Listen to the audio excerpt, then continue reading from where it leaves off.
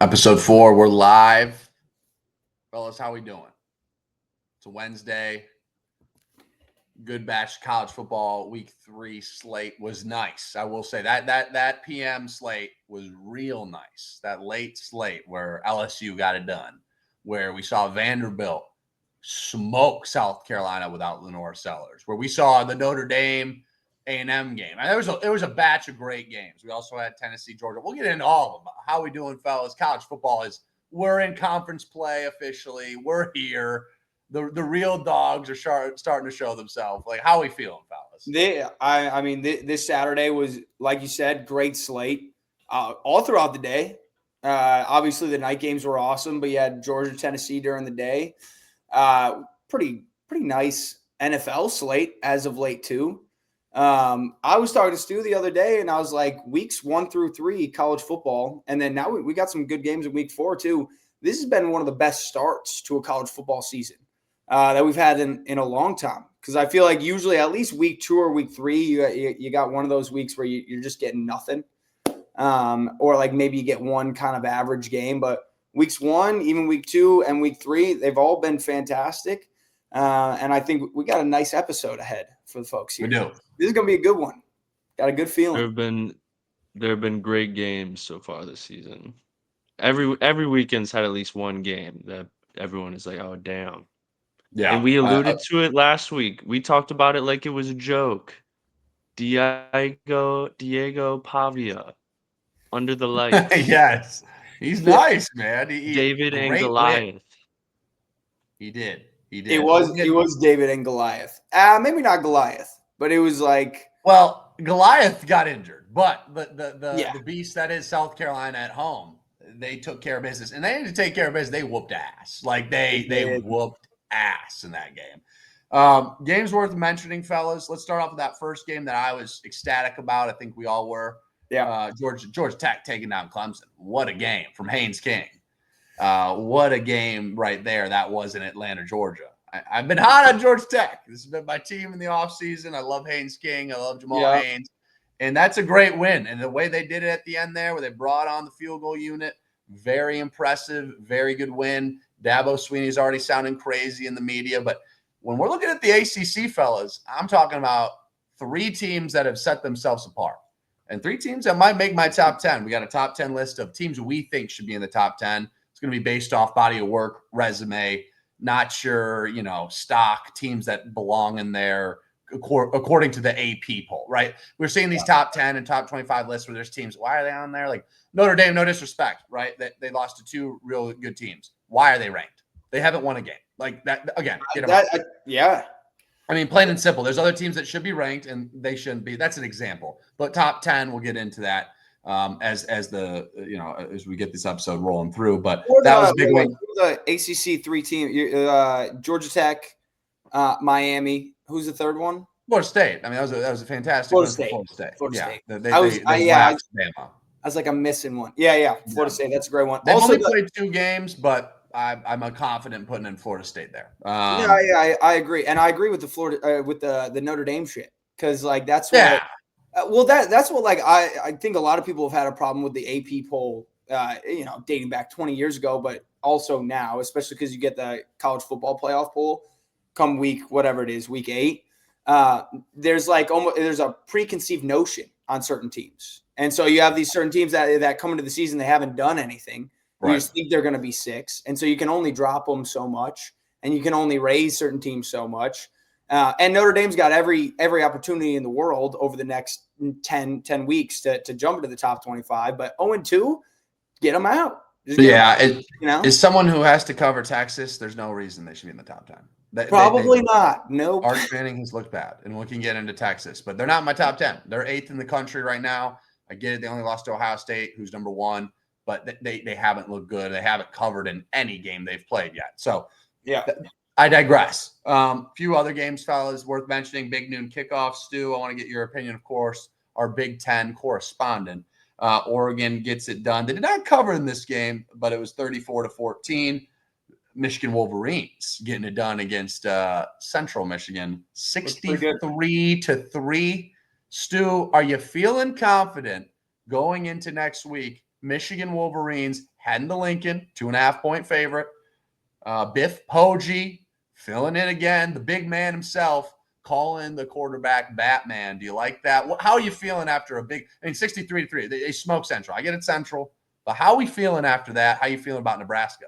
Are you starting to think Heisman again, like you were preseason? No, I'm not thinking Heisman. Before I even get into Michigan, I just want to touch on a few other Big Ten games real quick. Please. Ohio Go ahead, State run and the Big Ten. Ohio. Final score of Ohio State and Ohio was 37-9. At halftime, it was 10-3. At one point, it was 23-9 in the third quarter. Shout out, Two Michael. touchdowns. Yeah. Two touchdowns for Ohio State in the fourth, 0 for Ohio in the fourth. That's kind of why the score looks so lopsided. But I'm just saying, interesting to see what seems to be pretty lesser team hanging around that long against Ohio State in the shoe. Especially when on the it's fair, but you know what else is Michigan Central Michigan, and that was not the case for that game. So fair. Yeah, no, it's true. Yeah, other teams around the Big Ten, we saw Indiana smoke Indiana State, Oregon. Yeah, it was a closer game than most thought against Northwestern, but Northwestern didn't really even score until the fourth quarter. That was garbage points. Yeah, that game was over. Yeah.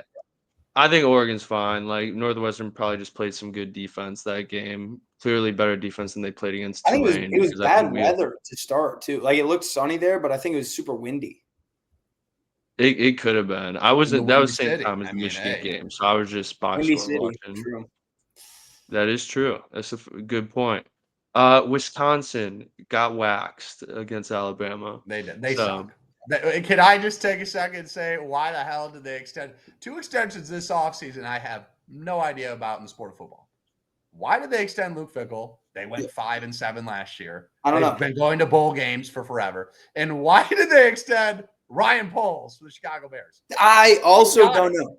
Idiotic, but I digress. Go ahead, Stu. The Ryan Poles one, that's different, but that was an extension just being like, good job. You got the number 1 coach on the market. Ryan Poles is more of a problematic in my eyes. He's never drafted a Pro Bowler in his 4 years. Do you know that? He has not drafted a single Pro Bowler in 4 years. I think Big Cat brought it up.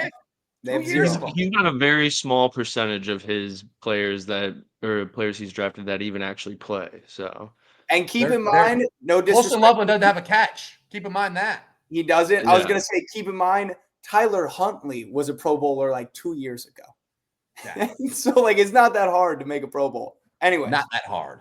Yeah, that's Luke true. Fickell, bad coach. Fuck Luke Fickell. Fuck Brian Poles. You guys, I might be the only one, and I'd rather not. I don't know. I'd rather not do this, but I'm kind of back in on Bama. I think the Florida State game was what was best for. Like I'm waiting till next week when they play Georgia. Then you can. I'm waiting too. I think Wisconsin sucks. I think Wisconsin sucks. But the vibes feel different now. I don't know. They got to go to Athens, Dak. Let's talk after that. Sure. Yeah, I agree. Bye week for both teams. We'll talk after that. Yeah. 2 weeks for Michigan. We actually play Wisconsin, so that'll be interesting to see. I'm expecting that to be a waxing, and because it's in the Big House in Ann Arbor. I believe you guys will be back in Michigan during that time. We will. We'll be in town. Same here. Cousins get married. Yep. Congrats to Morgan. Congrats to Dylan. Thank you. And we got Penn State, Villanova. Yeah. It's what you expected it to be. They didn't cover. Western and Illinois. Now, I will say this might be kind of a testament to how bad Michigan State's defense is or how good Illinois' defense is. Western put up some points against Michigan State, 0 against the Illini. Yeah. So that Illinois is going to Indiana this week, Stu. But that'll be a good test for both teams. It will. It will. And that's going to give me the points. That's fair. I mean, it's one of those something's got to give games because you got a really good offense against what seems to be a really good defense. So that one's going to be a crazy one. Small note, in Indiana, did you guys know, I just found this out on Friday, the brothers play quarterback. It's the Mendoza brothers. That's like their third string is the other Mendoza. Oh, I knew the kid transferred in from Cal, Mendoza, but I didn't know they had brother. There's another one. I assume they're brothers. They both. It's like Nico Amalivia. Yeah, like I would imagine. His name's Madden. Do you know that the brother's name's Madden? Madden. Amalavia.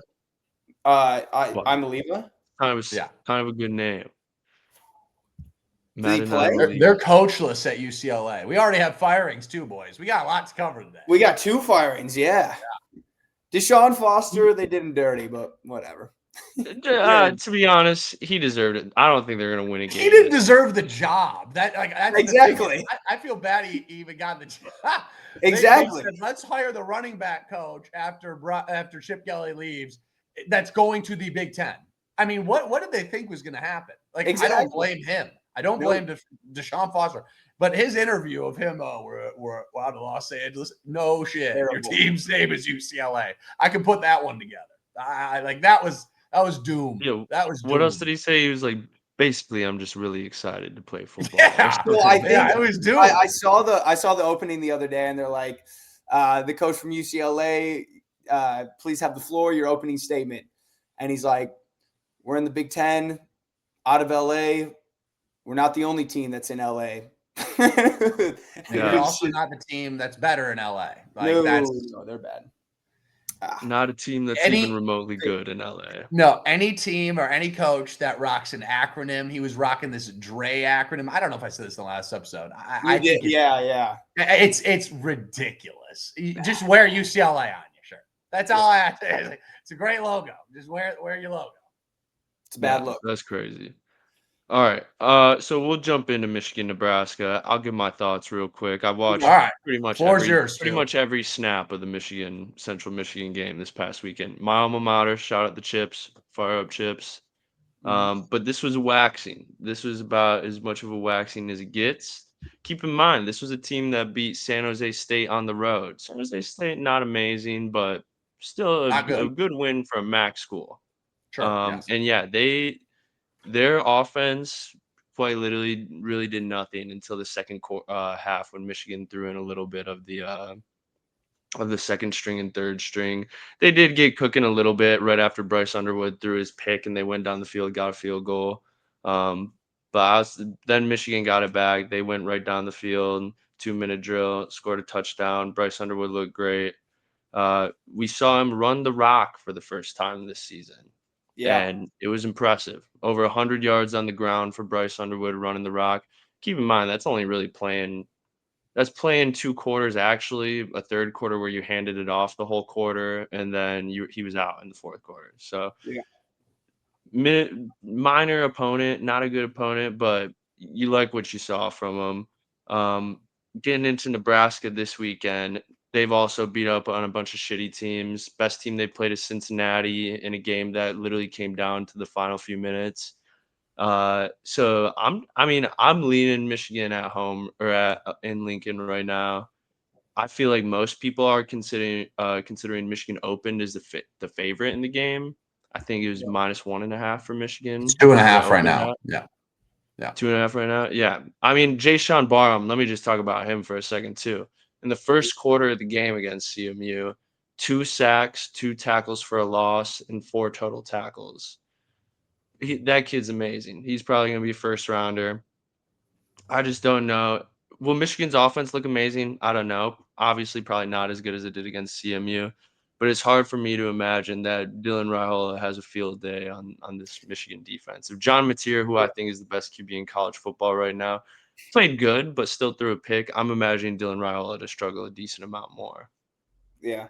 I do love watching John Mateer just slowly climb up your rankings too. He's the Heisman favorite every week besides one. Yeah. No, this is the first week he hasn't been the favorite. I do. Yeah. I agree. I think Nebraska, I watched them against Cincy and I was disappointed. Now that was weeks ago. That was like Thursday. I think it was that Thursday of week 1. So maybe their team's gotten better. I thought they were going to be bigger and strong from a legit appearance on the screen. I was like, ooh, I just was not that impressed. I thought they'd be kind of the next step. So I get why Michigan's favored on the road. It's a tough place to play. Good news is for Michigan, they hopefully got that off their back. I think Oklahoma's even tougher to play at. Very similar comparison. I mean, 90,000 strong each. Going to be sold out. They parallel each other, with a fan base standpoint. But yeah, I mean, I think Dylan Raiola is a decent quarterback for what he is.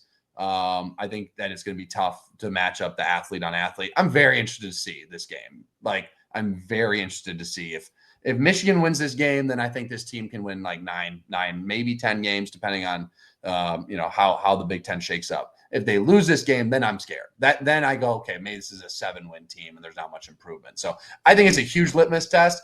I do think Michigan will get it done if I had a gun to my head, but I understand why it's at 2.5. So that's how I stand on it. I like Big Blue overall, but if they lose this game, it's a little concerning, I will say. Like, I get it's still early for Bryce. I was really happy to see, again, it's Central, like you said, Stu, but the fact they put up 63 is like, it feels like he's somewhat unlocked. And so I was happy to see that. It wasn't anything clunky. He was fast out there, and I think it's good that they did that. But did they show too much on tape? I'm not saying they shouldn't like restrict the offense at all, but I'm just this game to me is going to be very telling. Oklahoma, they, like we said, we talked about, it just felt so conservative with the play call. Like they didn't utilize Bryce as much as they could. Now he's played on the road in a really tough environment, and he's doing the same thing in conference play. And I think Oklahoma's a better team than Nebraska. So I like Michigan in this, but this is it not fair to say, fellas, that this is a huge, like, this is a great, like, litmus test. Year 3 for Matt Rule. Year 2, I know that Sharon's not there, but Sharon Moore's year 2, essentially. Yeah. Well, so that's for both teams. Yeah, I think it's a great litmus test. And I will say too that I'm not super worried about Michigan showing too much before, because to be honest, it was a very vanilla offense. They still ran every touchdown in the second half was just running the rock. But the main difference was Bryce Underwood's felt like he had the freedom to actually go run, which it didn't feel like that before. That was the main difference. For sure. Yeah, I watched back the offensive snaps legit today. Watching Bryce, I just want to see him. And because I caught some of that game, I had a quad box going. You know what I mean? And it was good. I mean, I've never questioned Bryce, right? And the question is, if they win this game with Biff, then we could have another conversation. It's like, maybe Biff's the man. I kind of like Biff. Yeah. No, I was gonna say though, I agree in terms of it's a similar game as when they went to go play Oklahoma. I think Oklahoma is a better team than Nebraska, and I do think it's a tougher environment. But similar in the fact of like that Oklahoma game with Michigan, it was a much bigger game for Oklahoma than it was for Michigan. Like they couldn't afford to lose that. I think this is a bigger game for Nebraska. Like Nebraska has been trying to build it up forever now. And you're at home. This is a Michigan team with still a newer head coach and a freshman quarterback. Like this is one you got to win if you're Nebraska. And so like, not saying it means more, but like they really do have to have this one. It is huge that Michigan already went on the road to Oklahoma. Makes this game a lot easier for them. And same thing as you, Chris. Like I had in the quad box in the corner. They really didn't do anything crazy. They had 8 rushing touchdowns, I'm pretty sure. Which is, shout out my cousin Dylan. I'm pretty sure he bet Justice Haynes 3+ touchdowns. He only got 1. And then like Jordan Marshall, I think, got 3. I think that's right. They had 8 rushing touchdowns. Hudsdall got 1 and Jasper Parker got 1. Every running back got 1 pretty much. So they had, 8 rushing touchdowns, and your starting running back only had 1 or 2, whatever it was. No, this is going to be a good test. It's going to be tough. It was awesome to see Bryce use his legs. Yeah, for sure. And same thing is like the only Nebraska game I really watched was that week 1 against Cincinnati. And it just looked like 5 games that they played last season where they came out the gates swinging. And then most of the third and fourth quarter, they kind of stumbled and they fell their way into a victory, it felt like. Because Cincinnati honestly fumbled at the end. They threw that pick. And so I don't know. We'll see. It's going to be a tight game. I am surprised Michigan's favored. I kind of thought Nebraska. I thought it'd be a pick 'em because that's not an easy place to play. Like it's tough. Year 3, like I don't think Nebraska's a bad team. I think it's just the defense. I honestly think it's just the defense. They haven't, and they really haven't played anyone. That game, if you watched it against Cincinnati, was legit a home game at Arrowhead. It was at Arrowhead, which is the loudest stadium, and it was 95% Nebraska fans. Like legit a home game. Okay. Good stuff there. Let's get into. Who are you taking? One last question on that. Who are you boys? Small sample size, I know, but you got to pick one QB for this season. Bryce Underwood. With Dylan Raiola or Bryce Underwood? Bryce Underwood. Bryce Yeah, Underwood. I'm go I'm Bryce good. Underwood. I'm I'm good on Dylan Raiola. I'm not very impressed with Dylan Raiola, nor am I that impressed. Like I said, small sample size. I haven't watched the other 2 Nebraska games, full transparency. But I was like, oh, I thought they'd take a step forward, like be a legit Big Ten team. Illinois looks better than them. Michigan, like I said, I want to see it, and it's on the road. If that was in the Big House, I'd feel way more confident. That's just a tough place to play. But I would probably take. I think they play USC. I don't know. I got to see USC a little bit more, but like they feel like they're like 6th or 7th in the Big Ten to me. So yeah. All right, Dak, let's get into this one. That night slate was crazy. Let's also get into Georgia, Tennessee, but I want to start with you. Let's get into what we saw LSU and Florida. Now I'm going to set the tone a little bit. Yeah. 20-10, a win against a rival, a team you lost to last year. It's a big win at home. The defense was outstanding. I mean, they played lights out, 5 interceptions, a pick 6. But when I say that, the offense was not clicking. It just wasn't. And credit to Florida's defense. They got ballers out there. And Brian Kelly crashed out completely, and he apologized for it. But I need you to talk a little bit about the crashing out of Brian Kelly. I thought was a fair question.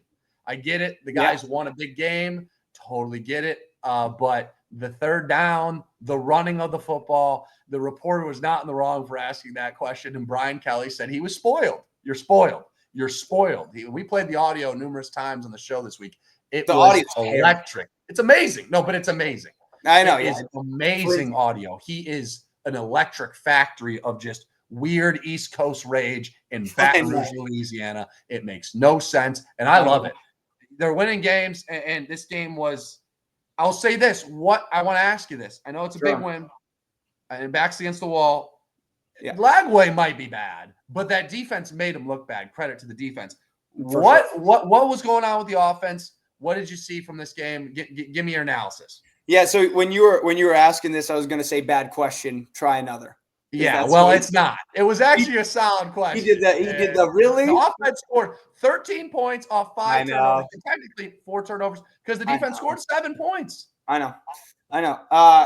So I'll start with this. Number one, I do want to say, which maybe you guys disagree. Florida got Caleb Banks back. That Florida defense, they do have NFL guys on it. Like it's not their offense is horrific. That Florida defense is not terrible. No. That is like and their own line. I mean, what's the kid's name? Slaughter. I mean, it's the best center in the league in college football. Jake Slaughter. Is his name? What are you talking? LSU's? No, Florida's O line is good. They have some guys. Yes. The Slaughter, I think is his name, right? Slaughter. Jake Slaughter. Yeah. He's the best center in college football. Their D tackle that came back who's 6'6", Caleb Banks. He's nasty. That aside, I was gonna say too, this is probably the best LSU defense that we have seen since. I mean, 2018. That's when they had Devin White. I think they still had Tre'Davious White in 2018. It was a disgusting LSU defense. Since then, it hasn't been the same. Especially under Brian Kelly, it hasn't been the same. They went in the portal. They got a bunch of guys. They got veteran guys. This was with no Whit Weeks, too. Whit Weeks went down play 1 with the targeting call. Number 1. Yeah. And his brother, Wes Weeks, came in and had, hands down, the best game he's ever had of his entire career. He's like a super senior, right? He's a 5th-year senior. Wes Weeks, this is it for him. He did go down with a calf strain. Hopefully he's all right.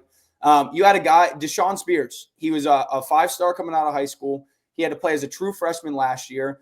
He got torched in coverage last year. He was terrible. He couldn't really play him. He was good stopping the run. He had 2 picks, including a pick 6. Guys stepped up on the defense. You should have won that game by more than 20-10. And you're losing 10-3 in the first half. And the offense looked the same as what it did first half against Clemson and for most of the Louisiana Tech game.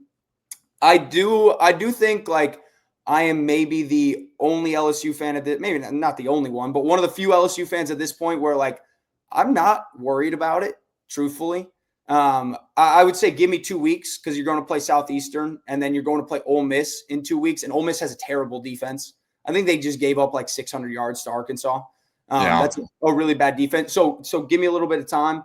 I also saw Brian Kelly came out in the presser. And he was like, everybody wants to blame Joe Sloan for conservative play calling, offense not going deep. Brian Kelly said, that's on me. He's like, I didn't want the guys to turn the ball over. We want to play conservative, play into the game, let our defense take care of it. I am okay with that for right now because this defense can carry you a long way. It truly can. But you're going to get into a situation throughout the SEC schedule where maybe the ball bounces the wrong way and your defense is put into some tough spots, and you're going to need some from your offense against a really good defense.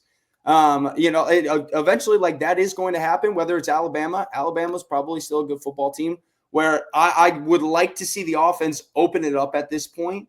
And it just, in my mind, it doesn't register to me that they can't do it because of the guys that they have and who's at quarterback. And so I still have confidence that they can do it. It's just like they haven't, it feels like they haven't even tried outside of the second half against Clemson.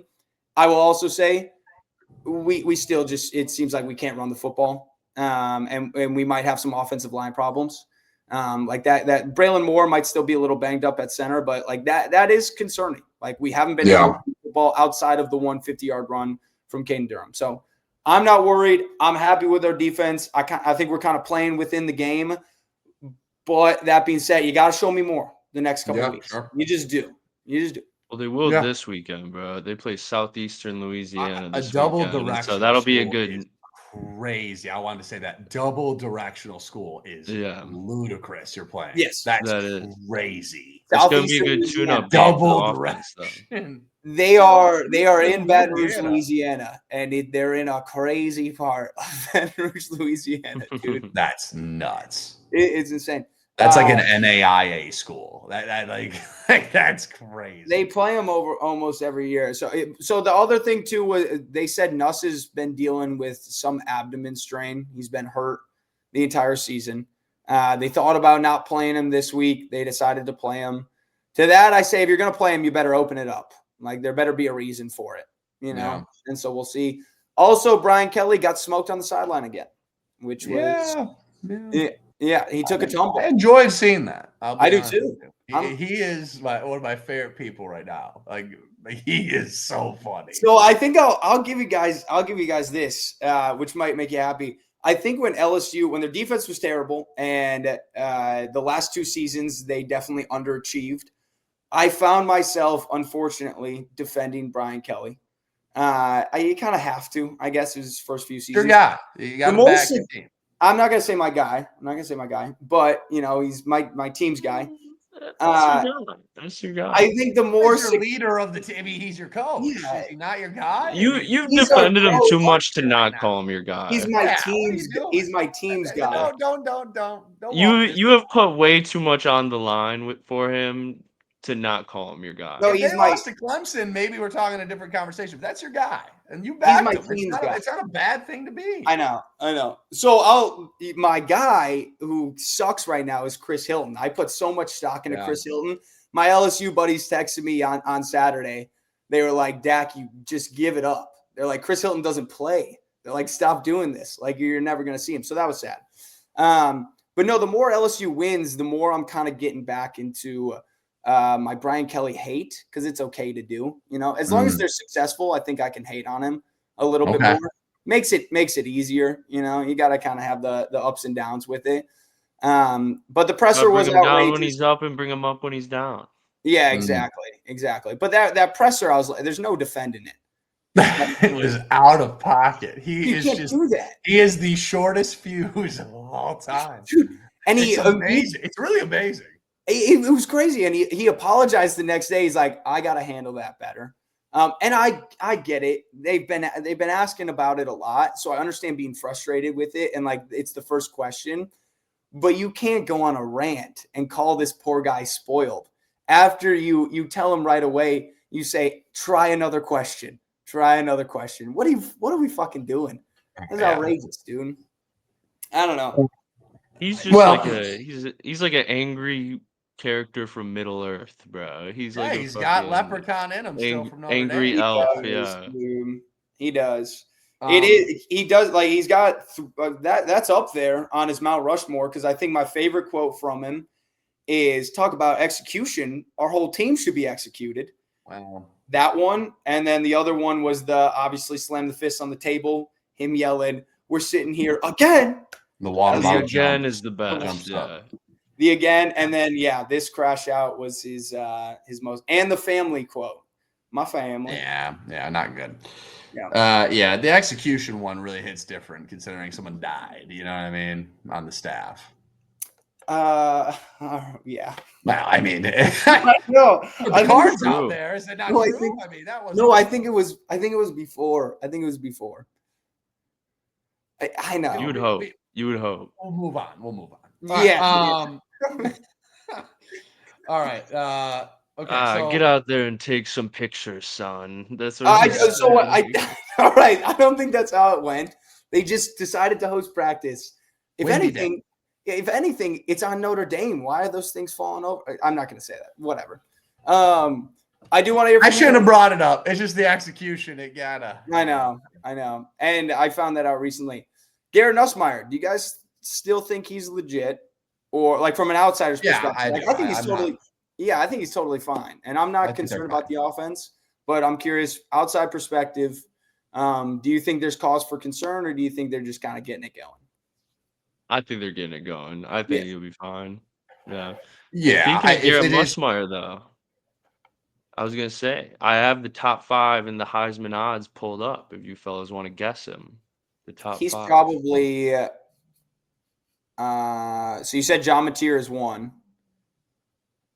He's not number 1 anymore. This is the top 5 according to USA Today as of this week. I think that boy Carson Beck. He's 2 or 3. I can't remember which one. Where are you putting Carson Beck? I'm asking if he's 1. You asked us what 1 was. Yeah. So if we're starting at 1, number 1 is Carson Beck. I'm guessing. Yeah. Right. Yeah. It's okay. Carson Beck. Yeah. Johnny Mateer all time. Carson Beck might have watched the show, man. He heard me call him lamest guy. He heard you, Stu. You came for him. Yeah. I did. And then now he's the Heisman favorite. So go figure. But yeah, number 2 is John Mateer. Do we have it? Number 3 is a crazy one. I am interested to see if you guys guess this one. So number 3 is not Garrett Nussmeier. It is not. Garrett Nussmeier is number 5. Is it my guy Diego Pavia? Is it Kreitz's guy Haynes King? I'll say this: 3 and 4. 3 and 4. I'm not going to tell you who's who, but 3 and 4 are Big Ten and SEC. So 4, I'm going. It's back up to Jeremiah Smith. No, it's all QBs. All QBs. That's boring. Aller? Big Ten. Jeremiah Smith is 6. Drew Aller? Did you say Kreitz? Dante Moore? One of the 2? He's 10. Dante Moore is number 3. Okay. Oh, yeah. Okay. I've been putting up with crazy numbers, yeah. And then you said SEC. Drew Aller is number 10. 4 is SEC. 4 is SEC. Marcel Reed. No, he's tied technically with Nuss for 5th. How about Gunner? That's what it is. Gunner Stockton. Yeah, Stockton. Yep. So you got Nuss, Gunner Stockton, Dante Moore, John Mateer, and Carson Beck. It's probably the best. I'll tell you guys right now, best odds you can get on the Nuss bus, I would say. And Haynes King probably's got good odds still. Also that, yeah, it's fair. Okay, so let's real quick. How about we do this, because there's so many games we got to cover, and I want to see if a lot of these teams make y'all's list just to keep in the time frame here. Yeah. What we're doing here is we brought up earlier is the top 10 list, and we can talk about their wins with it. So a lot of these wins came in last week or whatever. If you guys want me to start, I'm happy to start it off with the top 10. We could go who we think's 1 to 10 each if you guys want to do it that way. If you guys are down for that. We should do that way. Yeah, I like that. Okay, all right. I'll start us off with 1. I'm going to go with the Ohio State Buckeyes. I have no problem leaving them at 1. They're currently there. I think that win against Texas, I get it. Arch doesn't look great, but that defense is really good. They have one of the better wins in college football. They beat Grambling. Yeah, it was closer against Ohio, but man, they're a good team, and I'll give credit to Julian Sayin. He's looked pretty good. So, that's the one real question I had is Julian Sayin going to be that guy? Their running back room, obviously, is the only other question mark I have, but I don't really know who else would be 1 in my eyes unless y'all have one. I'm going to leave Ohio State there. I mean, I do have one. Maybe this is too biased. I'm LSU. They beat Clemson. They beat Florida. That's an SEC game. Okay. Defense looks like arguably the best in the country, and you got Garrett Nussmeier. I'm okay doing that at 1. LSU 1. All right. Yeah. I also have LSU at 1. Wow. Okay. Wow. I was going to ask, is that overly biased? I thought I didn't love the way they played. I don't think so. I didn't either. I just didn't. I didn't love the way they played. I think the resume, in my eyes, and I meant to say this earlier when we were talking about LSU Florida, you were getting a Florida team that it basically was a man giving everything he could for his job and game planning that week, probably. And like you said, it's a really good defense, and the offense sucks on Florida, and your guys' offense kind of sucked, but I do think Florida's defense is legit. And I do think while I like Miami way more, I do think that still will probably be a similar looking game, Miami and Florida, is to what it was for LSU and Florida. But we'll see. I keep down Carson Beck. Who knows? But yeah, I have LSU number 1. All right. Well, who's your guys' 2 then? We'll go around that way. Ohio State. Okay. Stu? I'll say Ohio State. I could easily not put him there, but I will put him easily. there. Yeah. Who do you want to put? Who do you want to put at 2? Who do I want to put at 2? Yeah. Honestly, at this moment right now, just based off what I've seen this season, I would put Miami, maybe even Georgia. Okay. Okay. Yeah. That's my 2 is Miami. I got Miami at 2. Yeah, that's who I have. I have Miami at 2. I think that win against South Florida kind of is a cementing, like, yeah, we're really good. Like they waxed them. They covered the 17.5. And I'll just say it right now because you guys have said they're at 1 for y'all. I have LSU at 3. I don't have them moving. I think LSU's a great team. They're perfectly ranked. I think that win was good. I wish I would have saw more out of the offense. I wanted to see them dominate there. Defense looks fantastic, though. It's a team that can win a national championship. I just want to see it a little bit more. LSU's at 3 for me, but Miami's 2. Carson Beck and that whole line are crazy, and that defense looks nuts, and they smoked South Florida, who's beat 2 ranked teams. So I'm going to go with Ohio State, Miami, LSU. Who's y'all's 3? Yeah, so I got LSU, Ohio State. I want to do Miami at 3. This team, I almost bet against them. They did almost lose, but I think there's a chance that they have arguably the best coach in the country, and there's a chance that they are what they've been in the past. Sure. I'll put Georgia at 3 all day. Yeah, that's fair. That was a classic, maybe higher scoring, classic Georgia win, dude. That was everything to Tennessee. That was on the road. Backs against the wall for Georgia during that game. And Gunnar Stockton pulled it out, and they have every opportunity in the world to just go take care of the SEC like they do every year. So I'm putting them at 3. Not to just copy Dak, but I also have Georgia at 3, I think. Okay. Yeah, I mean, boys, I'm right there. They're at 4 for me. The only reason I didn't even have them at 3 is because I thought LSU's win was more dominant over Florida. I think that win against Clemson also, I'll give them the nod on that. And I think the fact that Georgia, frankly, honestly, fellas, like, credit to them for eking out that win. Defense is a little suspect, 40 points let up pretty much. And then he should have lost the game. That kicker should have made the kick. So that's the only reason why I'm at 4. Yeah, but fair. no, all your points are I've right. been 10 yards closer, too. Gunnar Stockton looks, yeah, exactly. Gunnar Stockton looks like the guy that's going to lead them to an SEC championship game, at least appearance, the playoffs yet again. So Georgia's 4 for me. So I'm not too far off. We all have the same top 4, I believe. I don't know. You guys are on 4, I guess. Yeah, my 4, Miami. Miami. Yeah. Yeah. Let's do some 4. All right. Who's the 5 then? If we're all the same 1 through 4, just different arranged, who's y'all's 5? Yeah, this is where it gets tough for me. And it's the landscape's wide open. I think that's your Mount Rushmore of top 4 teams. I think, and we all picked them in the top 4. I think that's pretty, like, there's a couple teams in here you can throw in, but I mean, from a resume standpoint, who they've played so far, I think that's pretty, like, yeah, concrete. Those are the 4. But yeah, who's your guys' 5? Yeah. So this is where it's tough. I might have to. I have mix mine. It up maybe when we get to the back. Do you have your 5? Yeah. Let it rip, Show Stu. me Oklahoma Sooners at number 5. There you go, Oklahoma. My number 5, I'm kind of I'm bouncing back and forth between a couple teams. I can't totally decide. If we're going strictly off of straight up body of work. Yeah, I mean, just like, you know what I mean? It's a very I'm actually going to do this. This is kind of a lame pick. Oregon's dominated. I'm okay putting Oregon at 5 still. fine. They haven't played anybody, but like they've looked better than what I expected them to look, and Dante Moore's looked great. I'll go Oregon 5 for right now. Okay, Oregon 5. I'm going with Florida State. I know they've only played 2 games, but the way they took care of Alabama to me was a testament of like, I think this team can be pretty gross in the ACC, and I like their quarterback. I do think that last year it was like not even just they had DJU, which is the ultimate, just like what's the word I'm looking for here? Just I know your answer.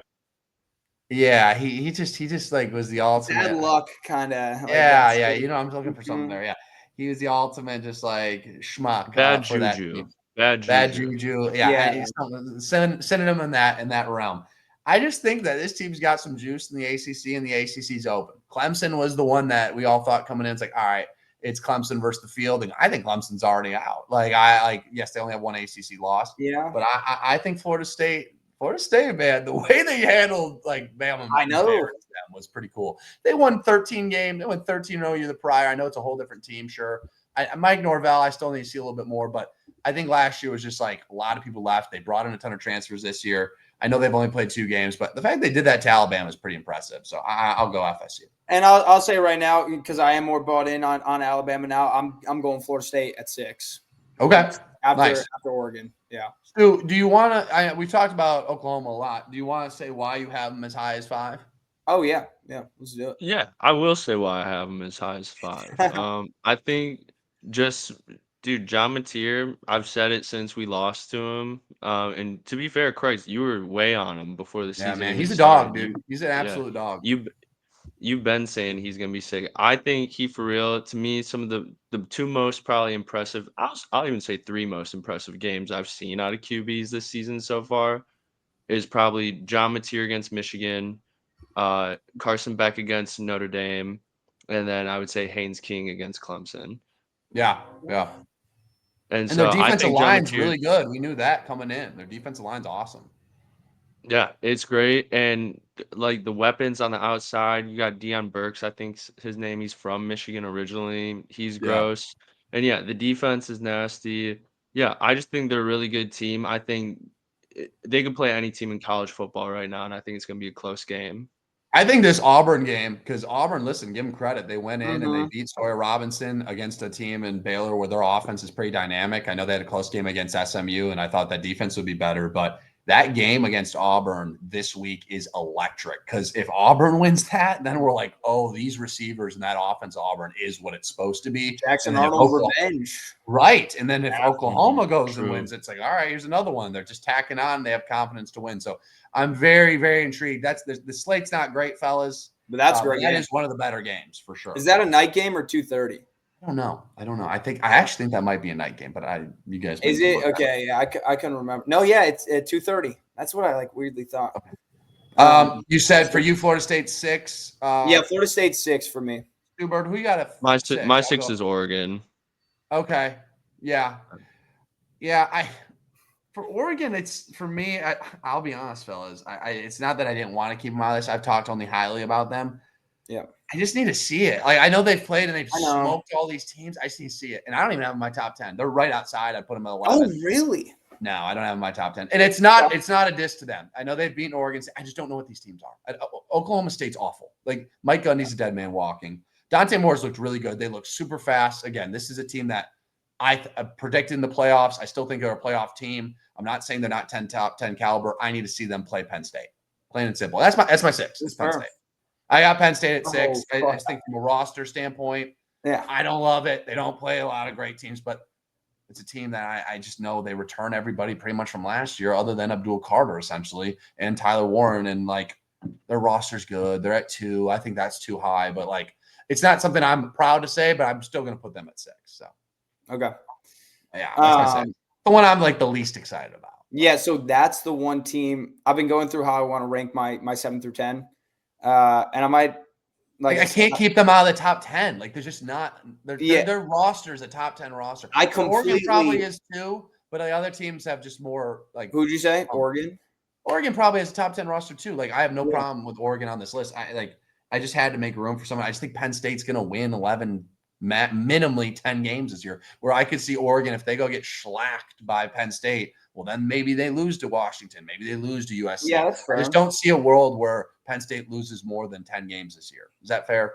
No, that's totally fair. And I get it. I'm not trying to just put it towards the schedule because, like, I think that their schedule is pretty favorable. So is Oregon's. It is. I just like too, yeah. I trust them to win games. Like their roster is really good. Their running back room's probably the best. Like their O line's great. Like all that. I do too. And they do the 10-2, 11-1 shtick every year. Yeah, like it's just what it is. I'll be honest. I completely forgot about Penn State when I was going. That's fair. I get it. They are number 2 in the country. It's I skip by them at 2-3, and then I just kind of forgot they were there. So I think I'm just gonna let it ride and keep them out. But that's fine. I kept Oregon out. I don't feel great about it. Just keep them out. You know what I mean? Penn State's my 7. Yeah. Yeah. Okay. My 7. Go with what you have, Dak. It's fine. No. This is interesting. I think you guys might not like this one. I just really like them. I'm Tennessee. They're 2-1. Oh, that's a good one. I'm leaving them there. Because they still looked sick. I like Aguilar. I like that pick. That's a good pick. I don't know how to describe it. They've got a little less stink to them this year. They should have won the game. The kid looked like he was 12 years old kicking the ball. What's his name? Max Willingham or Whitmer or something like that. Yeah, Max Whitfield something. He looked like a skeleton in pads. It was bad luck. But I still like Tennessee. I'm okay putting him at 7. Max Gilbert is his name. Dude, you said you had Penn State at 7? Yeah, Penn State at 7. Same thing I said. Like it's just same thing. Yeah, and like I'll just go into my 8. My 8 is Florida State. I trust. I don't even like Penn State, but at least I have a better idea of what Penn State is than Florida State. And Florida State, all credit to them. They smoked Alabama in a game where Alabama, that's fair. They frankly didn't look like themselves whatsoever. But I'm still just going to give Penn State a slight nod over Florida State. Yeah. Who was your 6? Oregon, the Ducks. Okay. Yeah. Oklahoma. All right, 7's where we get crazy for me. Or this is 8, right? Or were you 7 for me? I haven't told you about 7. Yeah, let's see it. I'll give you 7 and 8. I'll give you a back-to-back, and you guys can go with your 8s. I'm going with the Vanderbilt Commodores. Yeah, I love Give me Vandy. Wow. Their resume, what they did, I get they fired Virginia Tech's coach, but to go into Blacksburg, be down at half, and to shellac those boys by 20 plus, mad impressive. They played Charleston Southern, whatever, but they go into Columbia. I get Lenore Sellers goes down, boys. Whatever. They beat them, 31-3 or something? What was it might have been 31-7. They destroyed them. They destroyed them. On the defensive side of the ball, we know what Diego Pavi is. We know what Eli Stowers is. That offense has been good with them. But, what they did to that offense, I know their O-line's already been sussed, and I know they had to sub, they had their backup quarterback in. It doesn't matter. They couldn't move the ball, at all. So I'm going to go with Vanderbilt here. I think Vanderbilt's on a trajectory here. They have 2 gimme games. I think they play against, I don't know. I think Utah State and somebody else. It's 2 bad teams. I looked it up earlier. Yeah, they go Georgia State, Utah State, and then they go at Alabama. Well, there you go, and that'll be the game. But and then they go Tennessee. Well, I'll say too. They also have a common opponent. South Carolina played Virginia Tech. Yeah, too, and they played against near as good. 100% Stu, right? And that was at a neutral site. So that's my point. Is they go into Blacksburg, a game that they need to win, and they're up by a lot at half. They're actually up by 2 or 3 scores actually, and they don't get it done. And now their coach is on the hit the road. So I'm going Vandy here at 7. No, I like it, and it literally was that game. When I saw the final score, 31-3, 31-7, whatever it was. You can't even play it's because we didn't have Sellers card. That is bro. The defense was so good. You got they dominated. Didn't do anything. They couldn't do anything. And Sellers obviously is a difference maker because he can kind of do things his own. But a 30-point difference, that's a lot of. That's got too many guys on that roster for that to be he was out. Well, that's concerning. If he's out, then you're not beating Missouri, and that's why you're 10.5-point dog against Missouri on this. Yeah, they're probably not. It's 10.5. Yeah. Yeah. All right, I'll give you 8 real quick, fellas. Who's your 8? know who it is. It's my rambling wreck, Georgia Tech, baby. Georgia Tech. All right, yeah. Wow. Tech. Give me Georgia Tech. Haynes King, great win against Colorado on the road. That's a tough place to play, like especially week 1. I don't really know what's going on at Colorado. Maybe Stu, you can talk a little bit about that. Why they're on the third string quarterback. I don't know if Salter got hurt or what. Dude, I thought he played they're back to him this week. Okay, I thought he had a good game against Georgia Tech. Dude, that was a fun game. I think that's just some Dion fuckery, Deion, bro. Like, yeah. But I'm rolling with my Georgia Tech boys. Give me GT in the 8th spot. That's my 8. I'm not going Vandy. Yeah, I'm going Georgia Tech at 8. They just look sick. And I do think this has nothing to do with LSU. I think Clemson, they're kind of starting the season how they started it last year and the year before and the year. It's really no different. People just thought they would take a step up this year. Klubnik would take a step up this year. To be completely fair, Clemson did kind of dominate that second half. And they had a chance to – they could have had the lead going down the stretch if Klubnik didn't throw that interception on like the 7-yard line. I part of me felt like Clemson scored too fast. And when Georgia Tech got the ball back, I was like, they might do this. I did not expect them. When I saw there was like 15 seconds left, they had no timeouts left. I was like, okay, they might be in trouble. That was extremely impressive. Georgia Tech, you've liked them since last year, Kreitz. Yeah. And they've been just a gritty team since last year. They brought Haynes King back. They brought Jamal Haynes back. Yep. And so I feel comfortable putting them at 8, kind of long term as like a top 10 team, dude, without a doubt. In the ACC, if it stays the way it is, they're probably gonna have 2 teams, which they probably should. Again, I think so. Yeah, they got a good shot. Stu, number 8. I did. My 8 was Florida State. Oh, that was your 8. Oh, that was your 8. Okay, all right. Yeah. I thought it was 7 was Penn State. All right. Well, let's go around the room here. I'll give you my 9 and 10. Just give me 9 and 10, fellas. I'm going with 2 SEC teams. I'm going to go with 2 teams that got big wins, and that's going to be A&M at 9 for me, and I am going to go OU at 10. I think OU deserves the 10 spot. A&M, though. A&M, dude, I know, like, that game, the defense of Notre Dame, I don't know what's going on with it. That win for them, they haven't had a ranked away win since 2014. Yeah, thank you. So, like, that is the biggest monkey off the back. I think Mike Elko, gross guy to look at, got to be honest. Not trying to come with the weight, you know what I mean? But sure. But aside from that, seems like a good coach. Seems like a good fit for A&M. In his moo hoodie thing he's rocking. And Marcel Reed's grown into that starting role. The defense, it still has questions, but he's a defensive-minded coach. But Marcel Reed and the transfer they got in, that KC Concepcion kid, there's a few other receivers that are great. Le'Veon Moss, stud. Big win on the road. Tough place to play Notre Dame. Yeah, who's the one from Mississippi State or whatever? His name is escape. What's his name? He's kind of the shorter guy. He's gross. Yeah, the transfer wide he's been balling. His name. He's been balling. I know. Yeah. Shorter guy, slot guy. He's great. Craver? It might be Craver. Is he the Craver. With C-A-V-E-R. Yeah, Craver. And then OU, what Stu said. I mean, John Mateer, he's been great. Now, OU, the thing with OU is, here's my thing with OU. Extremely tough schedule. If they win 9 games, they're in the playoffs with how tough that schedule is currently. And long term, this is current, right? I'm not talking about, but long term with Brent Venables, my issue with OU is John Mateer is playing so well, and he has a year of eligibility after this, that he'll probably leave and go to the NFL. And that's credit to John Mateer. Then what are you doing? Because you brought in Arbuckle, which is their offensive coordinator. It's just a question I have at OU long term. Like, they're playing good football. But you bring in a Band-Aid, essentially, because your offense has sucked under Brent Venables, right? Who's got one of the hotter seats in football. That was a must-win against Michigan. They go and dominate Temple last week. I'm just saying, if he's gone, now you have this Michael Hawkins kid. You lost, Jackson Arnold.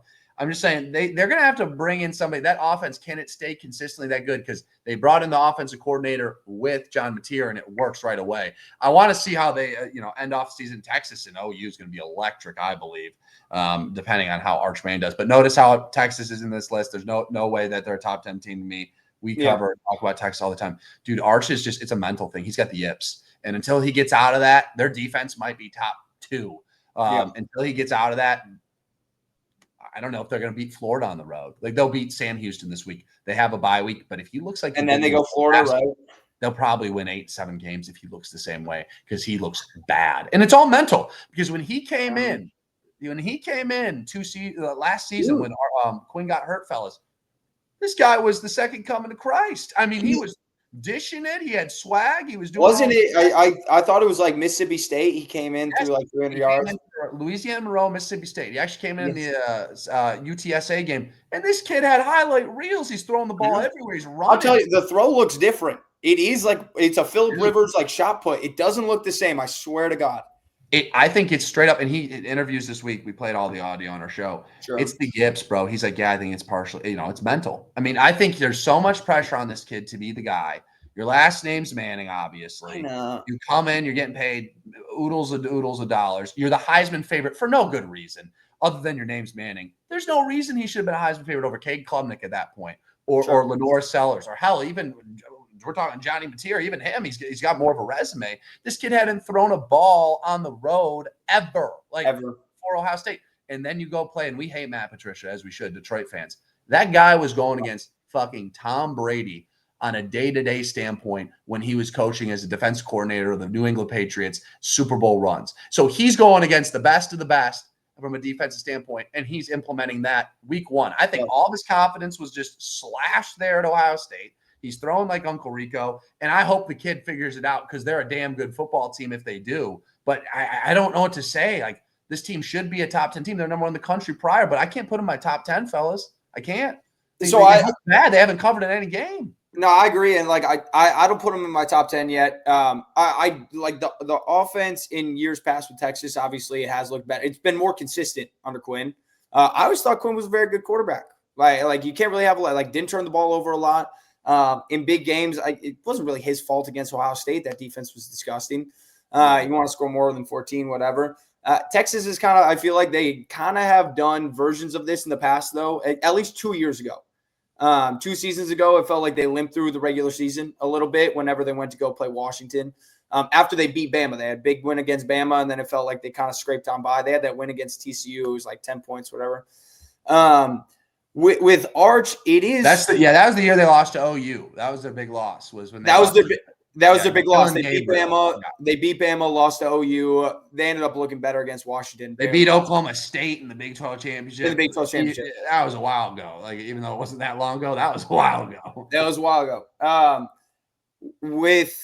With Arch, it is surprising. I know there's a lot of pressure on him, obviously, and it's not easy to go week one against Ohio State. It is a little surprising, though, to think that he could possibly have the yips because, like I said, a lot of pressure on him. He's been around this his entire life. Yeah. And it wasn't his dad, but it was both of his uncles. Like, he grew up with this, and he went through high school with this. I don't care who he played in high school. Who gives a shit? He's been going through all of it. He's been around big games forever, and he's seen big moments. I'm sure he's talked to Peyton and Eli about their biggest moments. And so, like, despite all of that, like, it is surprising, or at least it would be surprising to me that the pressure would be getting to him, which is why I would almost be more inclined to believe that it is like an injury thing. I don't think it is. But like, it would be, despite the amount of pressure that is on him, it would still be surprising if that's like what's getting to him right now. Because he's been around it forever, but he's got to figure it out. This program for 2.5 years. I mean, there's really not an excuse. No, there's no excuse. There is absolutely no excuse. Even if you haven't started, I still think there's no excuse. But that game versus Oklahoma just got a lot bigger. Oklahoma's good, and it's not easy to get in with 3 losses. We saw it last year. I don't know. Clemson was the only one, right, to get in with 3 losses? No, it was Tennessee. Tennessee was the only one that was like a true 3 losses because Clemson still won. Was Tennessee 9-3, not 10-2? They were 9-3. Okay, yeah. They lost to Arkansas, Georgia, and somebody else. I can't remember who. But regardless, not easy. No. So we'll see. But Oklahoma I think it genuinely is mental, just because, like, I mean, yeah, to your point, he's been around people who have been in big moments, but it's like he hasn't been in the big moments. And we saw Markelle Fultz. He was one of the best players in college basketball. He gets drafted top of the lottery, and then he sucks out of nowhere. So, I mean, to me, that's the only thing that even would make sense, is that it's mental. Because, like you were saying, Kreitz, we saw him look amazing last year. Right. Yeah.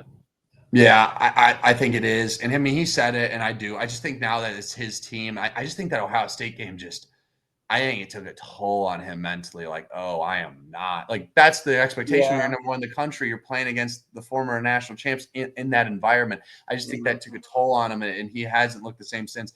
Again, I think Texas can turn around if he does. They haven't played Trey Wisner the last 2 games. Their run game's been defeated. Like, I just – when it comes to their offensive weapons, I'm not that impressed yet with what I've seen. But CJ Baxter's going to play when they go to Florida. When they go to Florida, though, fellas, listen to this. This is all I'm saying. And then we'll move on. Sorry, I didn't get you guys' 9 and 10. Yeah, no, you're good. Where You're good. you're going. But I'll just say this to Texas because they're worth mentioning, right? Number 1 team, right? This is a team. And they're not in your top 10, yeah. When they go to Florida, I anticipate, I don't know if you guys do, but I anticipate, I assume you both do, that Miami's going to beat Florida this weekend, right? Game day's there. Miami will win. They also have a bye week as well as Texas. Do we not think Billy Napier at 1-3 is probably going to get let go at that point? Right? Like, he's probably gone. If they're 1-3, why bring him back? Your playoff hopes are gone, right? Okay. Now an interim head coach comes in. There's that bump, and they're going to the Swamp. That is before you play Oklahoma. Like, if he doesn't figure it out this weekend against one of the worst teams in college football, which is Sam Houston, then watch out. Texas might be a bad team. If they actually do fire Billy Napier, which they could. have to. They have to. Yes, I agree. And they should. They should at least. Time to call Johnny Gruden. If they, I mean, I would call. So I saw we don't got to go completely down the Florida rabbit hole again. I think it was Paul Feinbaum was like, Lane Kiffin wouldn't take that job now. I would still call Lane Kiffin also. That would be the other one all day. If they actually do fire him, playing against an interim at a school like that, that's the scariest thing you can do. That is place to play, too. The Swamp's no joke. They got nothing to lose. Like, they got nothing to lose. And they're happy their coach is gone. It's dude, like, nobody gets fired up more for a guy than an interim coach. Like, that is what they're best at. Week 1 bump. Oh, yeah. All day. Him coaching. All right. I will say, while Texas is on the mind, I'm just going to say my 9 and 10 because I initially had these flipped, but Kreitz, you convinced me to flip them the other way. I'm gonna go Vandy at 9 and Texas at 10. And Texas, I'm just to be honest. Who would you take? I'm taking Vandy today, just solely off Diego Pavia. Yeah, they played them close. I think defense, both good defenses. I think the Texas defense is definitely better. But QB, it's night and day right now. But with Arch, I'm just giving him the benefit of the doubt. Like you're saying, Sam Houston, one of the worst teams in college football. I think that'll be a good kind of look. This is your Central Michigan for Bryce Underwood. Right. Get your tune-up game in, and hopefully everything will be all right after this point on. And then Vandy's just a good team. Honorable mention, I go Tennessee. I like the Tennessee call. Dak will get yours, and I got a few honorable mentions as well. Sure. My number 9, I'm also going Vandy. They're sick. Got to do it. Body works great. My number 10. My heart screams Iowa State. It really does. The mind tells me Texas A&M. Okay. We're going with the heart. We're going Iowa State at number 10. Yeah. Okay. All right. I like they haven't looked the best. I like their defense. And they got some gritty wins. And so if I was going to say this because I did almost go Texas A&M. They would be an honorable mention. Penn State, they're not even an honorable mention. I'm just tossing them out of this. They haven't played anybody. You know what? I'll see you later. We'll see. Texas A&M would be that. I still think, although Texas A&M, their schedule just got a lot easier because South Carolina could be in a tough spot. Florida's obviously in a tough spot.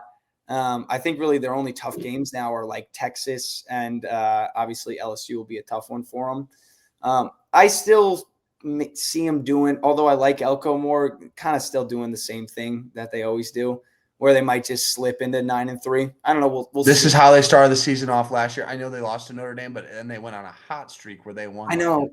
And I still I'm sorry. I still just don't totally trust Marcel Reed because weeks 1 and 2, they actually did not look great.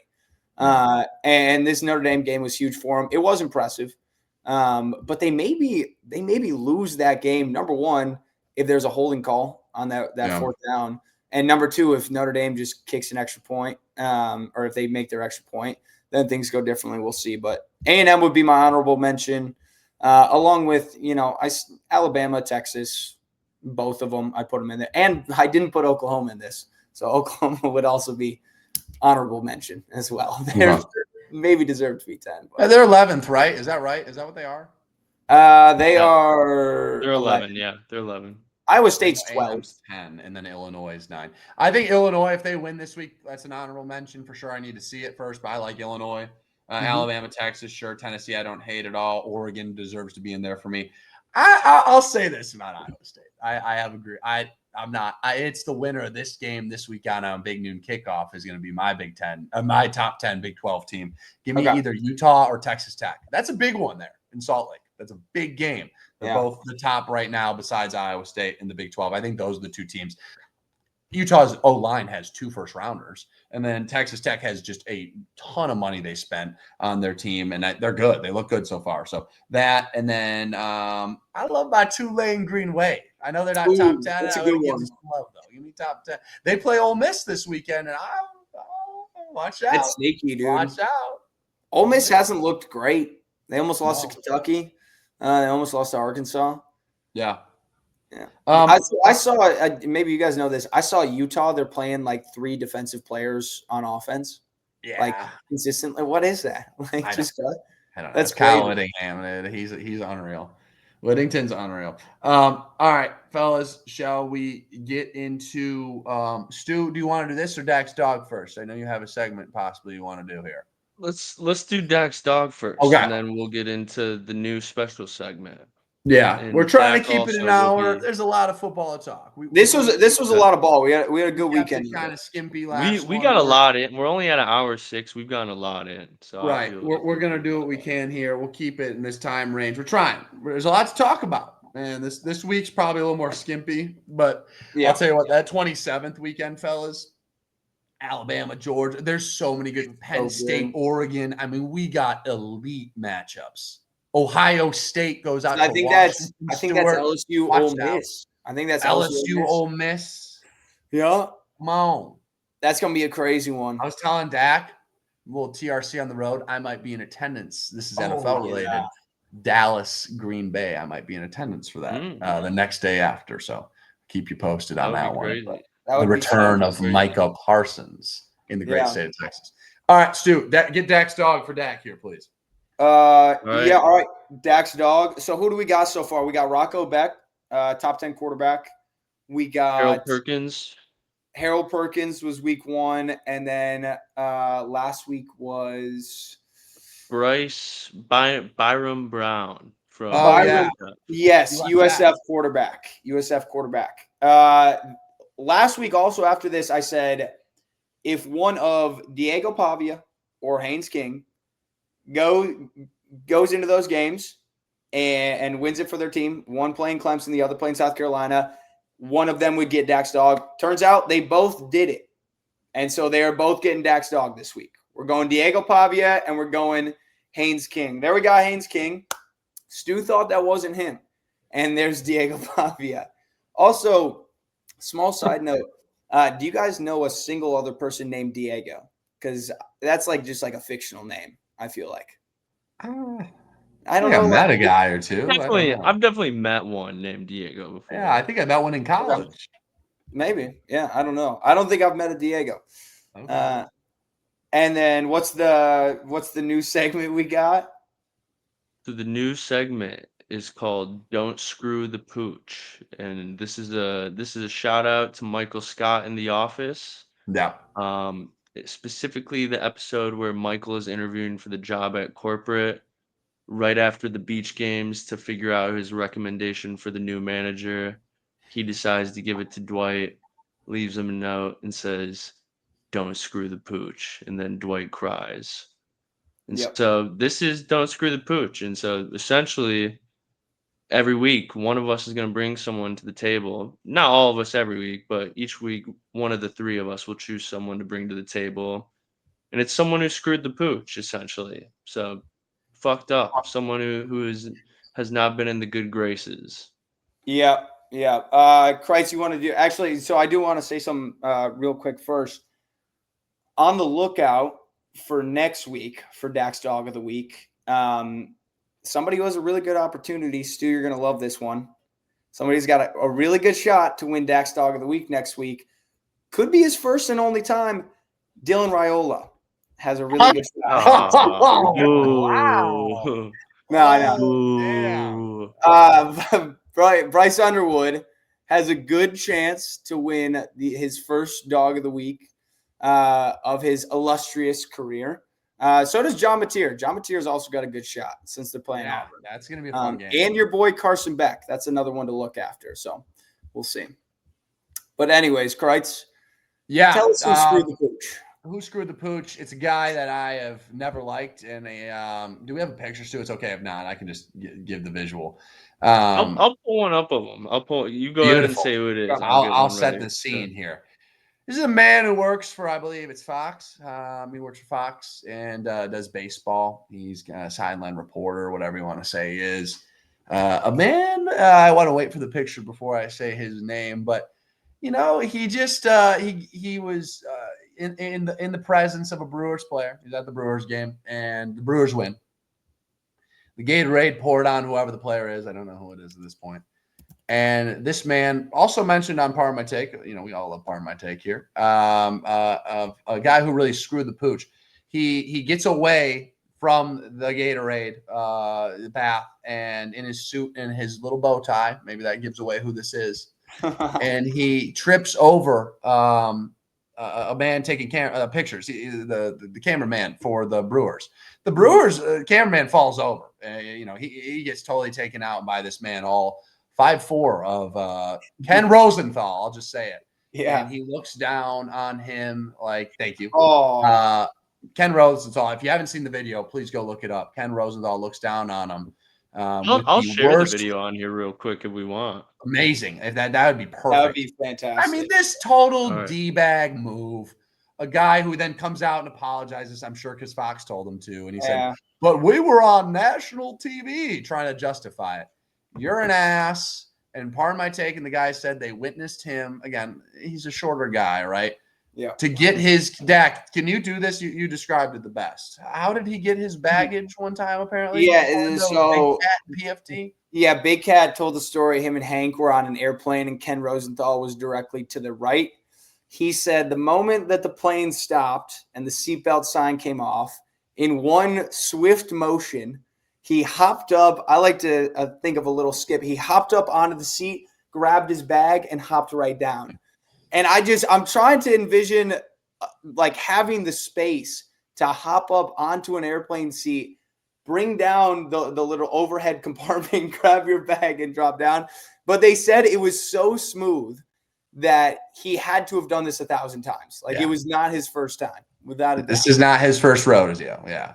Ken Rosenthal gets my You Screwed the Pooch award. And if you got the video, Stu, I do. I'm going to share my screen. Yeah, okay. I'm going to share my screen right now.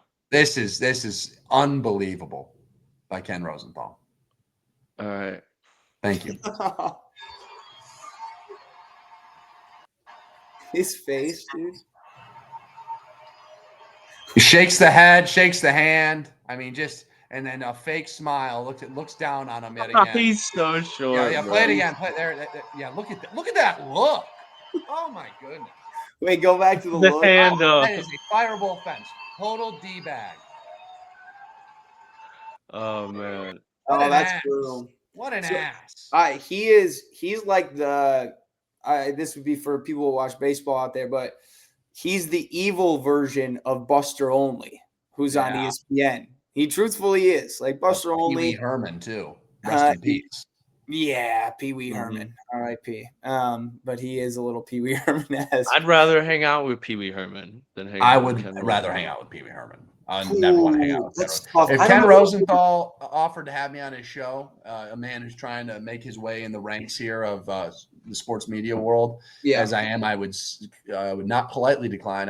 I'd just decline completely and say you're a douche. So, and I wouldn't blame you for it. I'd respect you for it. Thank you. Appreciate that. You got to do that.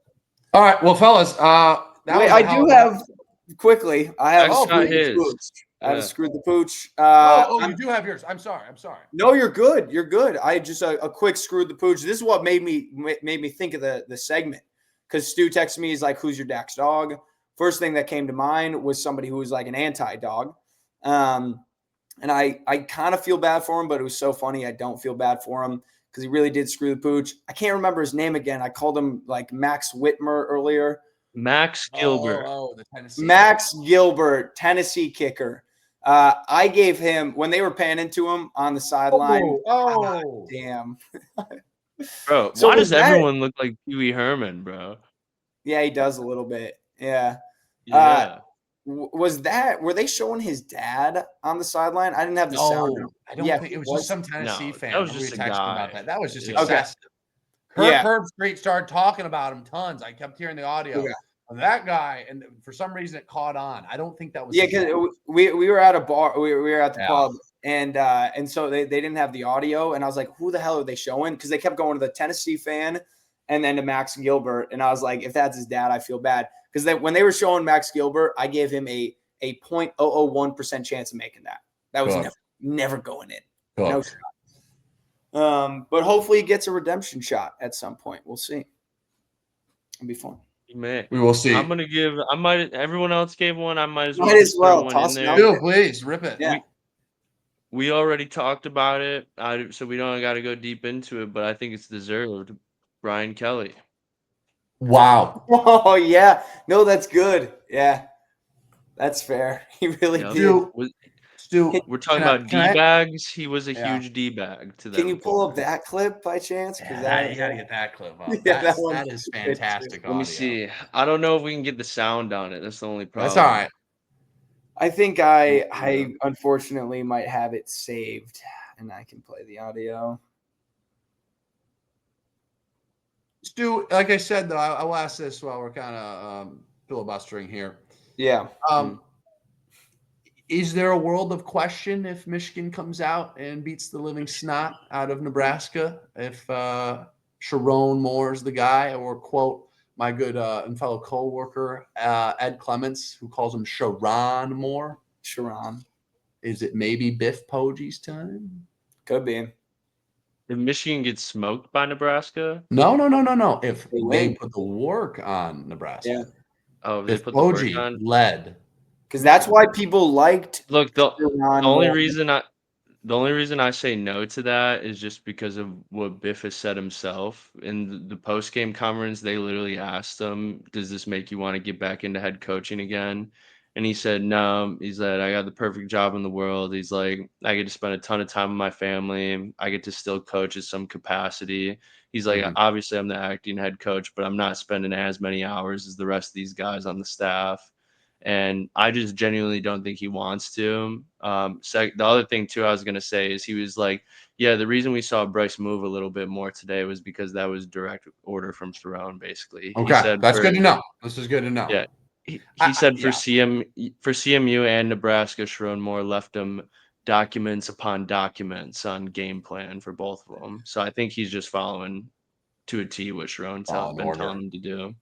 Documents. I would like to read these documents. I do have the clip of Brian Kelly. If I can play it into the mic, sure, that works. Yeah. Here, let me see if it works. With mini mic there, real quick. Yeah, this is. You know what? This is a good mic. You can't even see it, but it's solid. All right, I'm gonna give this a shot. We'll see if we can hear it. Okay. I'm gonna zoom in a little bit. All right, on those wrinkles. Question. Brian in the back. I know you love these immediate post-game sessions, but what are you seeing with your offense? Stop. Really? Is that the first question? We won the game 20-10. Try another question. What do you want me to tell you? I just laid it out for you. We played the game to win the game.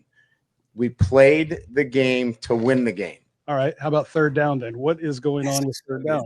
It's one game. Last game, we were great on third down. You're looking at this from the wrong perspective. LSU won the football game. Won the game. I don't know what you want from me. What do you want? You want us to win 70-0 against Florida? You happy? No, I think people want to know why you can't. Dude. Run the ball. Did you see the last play of the game? That's all you need. You just need one. There's a ridiculous questions. And I'm getting tired of it. That football team just worked their tail off to get an SEC win, and you want to know what's wrong. You know what? You're spoiled. You're spoiled. This team is 17-1 at night. 17-1. Give them some respect. How about that? Give them some respect instead of micro analyzing every little thing. This is ridiculous. For a group of seasoned reporters, that kind of question is so out of line. Two things. Wow. He so badly wanted to say the word micromanaging, like so badly. Figure it out twice. Twice. He said micro, and he had no idea where he was going with it.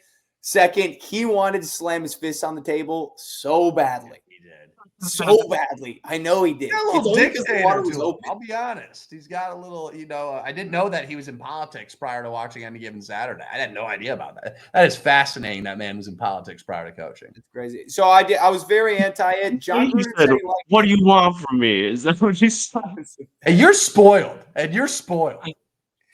goes, "What do you want us to 8 do?" wins last year. You're spoiled. He's like, "What do you want us to do? Win this game 70-10?" And in my head, I was like, "Yeah, I do. I Yeah, I'd love do." to see that. Oh, that was good. Needed that. All right, fellas. Well, yeah, I think that's all All we right, got boys. for Screwed the Pooch. Yep, and that's what we got for episode 4, I believe, fellas. Let's get back next week, episode 5. We'll know a little bit more about the Michigan Wolverines. That's for sure. A big week for a lot of teams. Lighter slate, but excited to get into it. Maybe we'll touch on the NFL. We're excited about our Lions. We need to wait a little bit before we talk about Lions. They got Baltimore on Monday, so maybe we'll talk about I was that. gonna say, depending on how that game goes, I feel like determines whether. Yeah, we they got the talk about Browns that after that, but if they win, we're talking Lions. If they win, we can touch I on agree. it. I'm a fan. Yeah. Call it now, Michigan or Nebraska. Who's winning? I'll go Big Blue. I'll go with the Big Blue. Stu? Michigan. Yeah. You gotta ask. What do we think? All right. Good episode, fellas. Stu, Who are you going? Yeah, we'll wait till next week. We'll test the waters on Big Blue after a win or loss, hoping obviously for a win. And then I want to see if Michigan's still in the Big Ten championship after next week. For the Mets too. Stu, is this? Yeah. Is this Maybe we do our first revise of the conference. All right, I like that. I like that. Yeah. Is this a pool game? Is North Carolina going to be out? Oh, so that's what I forgot. I was going to put them in my top 10 because I'm still holding on to that stock. Okay. All right. They're not dropping it yet.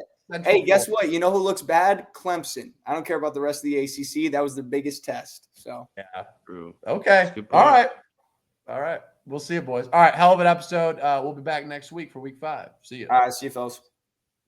Good tag. See you, boys.